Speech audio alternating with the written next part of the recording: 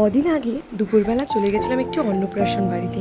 এই যে বাচ্চাটাকে দেখতে পাচ্ছ তারই কিন্তু অন্নপ্রাশন ছিল। তো আমি আর ছেলে চলে গেছিলাম দুপুরবেলা, আর বাড়ির কেউ আসেনি, একটু প্রবলেম হয়েছিল বাড়িতে। তো যাই হোক, আমরা প্রথমে গিয়ে সবার সাথে একটু গল্প সেরে চলে গেছিলাম খাবার টেবিলে। প্রথমে কিন্তু খাবারে চলে এসেছিলো পনির সাটে, যেটার মধ্যে খুব ভর্তি ভর্তি পনির ছিল, আর পনিরটা কিন্তু খুব সফটও ছিল।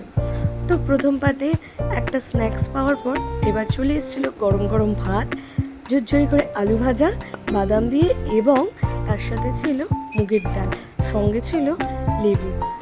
এটা কিন্তু খুব ভালো একটা কম্বিনেশন।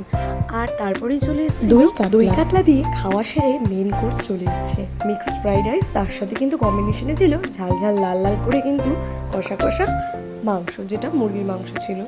তো এই কম্বিনেশনটা কিন্তু খুবই ভালো লাগে। তারপরে কিন্তু পাতে পড়ে গেছিলো চাটনি আর পাঁপড়। তারপরেই চলে এসেছিলো একটা মিষ্টি কম সন্দেশ, যেটা কিন্তু খেতে খুব ভালো লাগছিল। তারপরে আমাদের হাতে দিয়ে দেওয়া হয়েছিল আইসক্রিম এবং হাজমোলা। ভিডিওটা তোমাদের কেমন লাগলো অবশ্যই কমেন্ট করে জানিও, অবশ্যই লাইক কমেন্ট শেয়ার করে দিতে ভুলো না। টাটা।